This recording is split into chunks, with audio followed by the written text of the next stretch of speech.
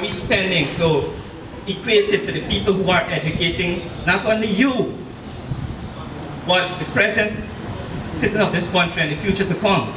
If we compromise that now, how much, we're not going to see the impact here, we're not going to see impact now, but you're going to take a toll sometime later. I know you must have some contingency plan. I am applauding you that you have something in place, but I'm hoping that what you have in place will not compromise the integrity of our education system just because the whole teachers don't want to raise the salary. Everything has gone up in this country if you don't understand that. The tax has raised. We increase VAT.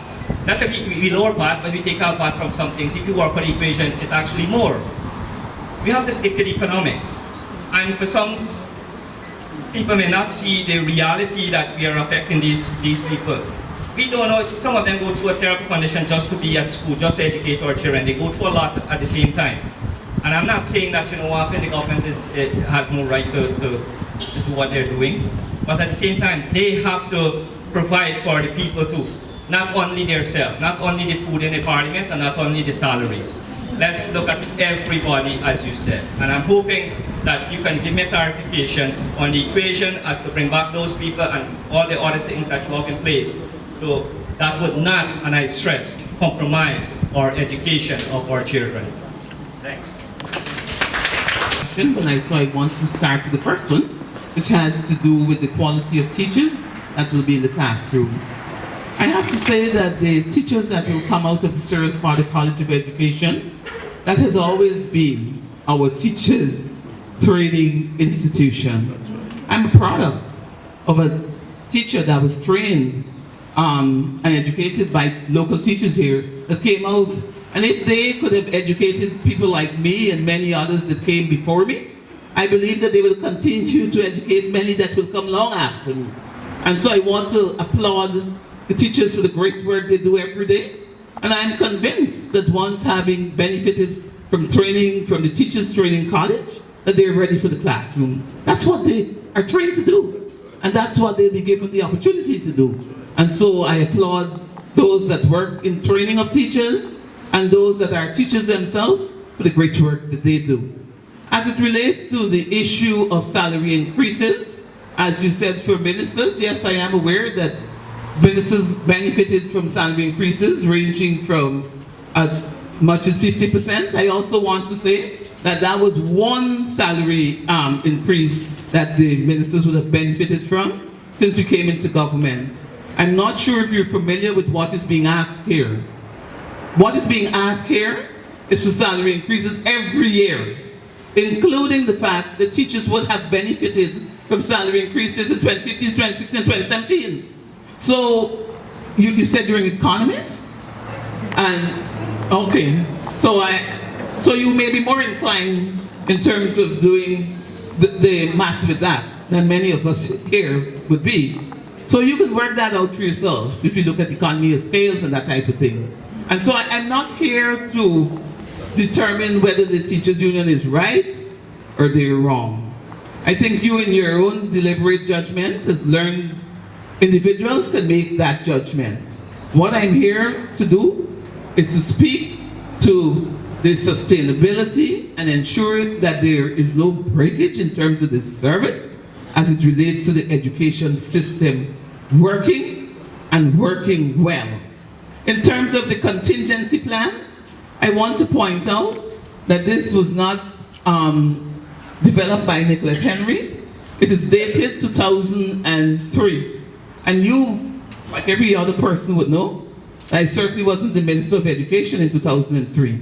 So I'm just activating what is available. I believe that we can rely on it because those that came before me would have done an excellent job at developing it, and that is what the ministry will be utilizing in this time. This is not the first time that the ministry has been threatened by strike, and so that is what they used in 2003. And guess what? That is what they will use in 2018. I haven't changed anything, sir. Okay? So I just wanted to provide clarity on those three areas that you mentioned. You spoke about cost of living. As I pointed out, I believe that that is an issue for everybody in any developing country and even in the developed world. And so I can proffer an opinion and all that, but I don't think that that would be particularly useful to this gathering, because we all know that we live in a developing country, and you categorize a developing country based on the state of your economy. So I don't think it will be, good use, particularly for the persons who are here, time for me to go and to explain what that means, because they know that. But what I have to say is that we will give the best we can, given the resources that are available, because you can only give what you have. Okay? So thank you for your questions. I believe they're great questions. I understand it. It's that you bring retired teachers and teachers from Sir Porter. I don't even know how many schools we have in Guyana. I know how much we have in Georgetown. Yeah, you do. I'm just wondering, do we have enough retired teachers and the teachers of Sir Porter to adequately cover all the schools that would be required? Do we? I just need to know that. As a parent, I need to know that. Question, it's a good question again, and we will only get good questions. So yes, I do know how many schools we have. We have 998 schools across the length and breadth of Guyana. And so what the contingency plan seeks to do, first of all, is to, one, if your numbers in terms of strike action are at 75% of your workforce, which is teachers in this case, then you need X numbers. If it's at 50%, you would need another number. If it's at 25%, then you need another number. So it's not a one-size-fits-all plan. It has to do, of course, with the numbers in terms of those that are on strike. And as the CEO would have said, we have established a secretariat. And so we get daily numbers. I can speak to some of those that we received as of yesterday, but I think it's too early at this point in time to be giving out that type of data. But so insofar as we have received information, I can tell you all of the regions are in readiness for school come Monday. The numbers haven't affected us in any large way at this point in time, but things can change for the better or for the worse. And so it's something that you have to monitor progressively. And where the need arises, you have to take the appropriate action. So it's not you're just taking teachers and putting them into the schools. It's based on a need. So first of all, you have to determine how many teachers are going to be on strike at a particular school, and then you determine what your needs would be based on that. Okay? And so we have to be looking at the numbers in terms of the different regions, how many persons are currently, how many are more likely to go. And yes, in terms of retired teachers, ex-teachers, students, those graduating from CPC, we do have, I believe, a reasonable workforce that is ready and able and capable, because they would have either benefited from training or they may have been a teacher themselves, in a previous life. So that's where we draw from. As I said before, this is not something that was hatched overnight. It is what we have always relied on, and this is something that we'll have to rely on moving forward. I have a question. You said you have a number. Can you give me a number or estimated number of between, because I'm thinking so possibly the graduating so students are not the ones that are in training, like first year and second year, but are graduating. Retired teachers, and I don't know, you said students, I'm not sure when you said students, what exactly like that. So you have, whether it's I have 500 in reserve or I have 300, an estimate, I'm giving you an exact figure, an estimate. Let me explain why. See, I would have provided those numbers earlier, Oh, sorry. And so, I didn't tell us that. So if he did, I'm sorry. I can talk to him after. and that would be appropriate. My hope is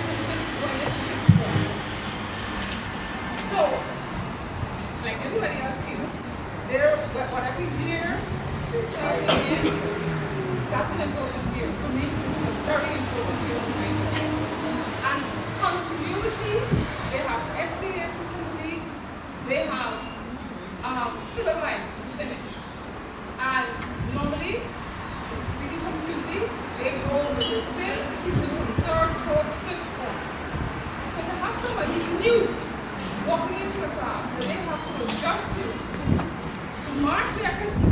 I really don't hope that this strike goes on forever. I do hope we can find a compromise and work with it. But I have a concern, a very deep concern, because children are accustomed to their work. They know the teachers, what the teachers are looking for, what they're expecting from them. So it has to be you trying to teach them a different way. It's really concerning. I'm not saying open strike, but I think there's a middle ground that needs to be found.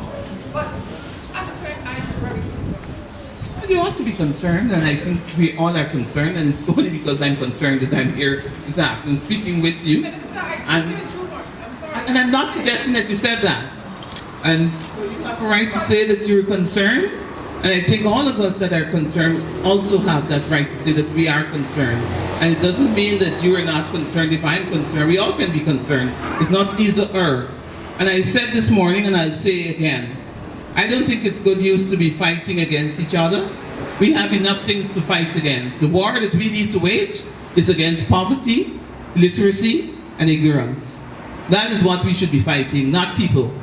So I'm here today because there's the possibility that some of our teachers may not be in the school.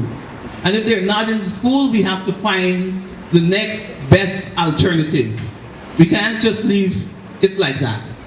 And so we have to have a contingency plan. It may not be a perfect plan, even when we don't have strike, but we have to work with what we have. It is always the resources that are available to you that you have to use. You can wish, we can, talk all sorts of other things, but at the end of the day, when the rubber hits the road, it's reality time.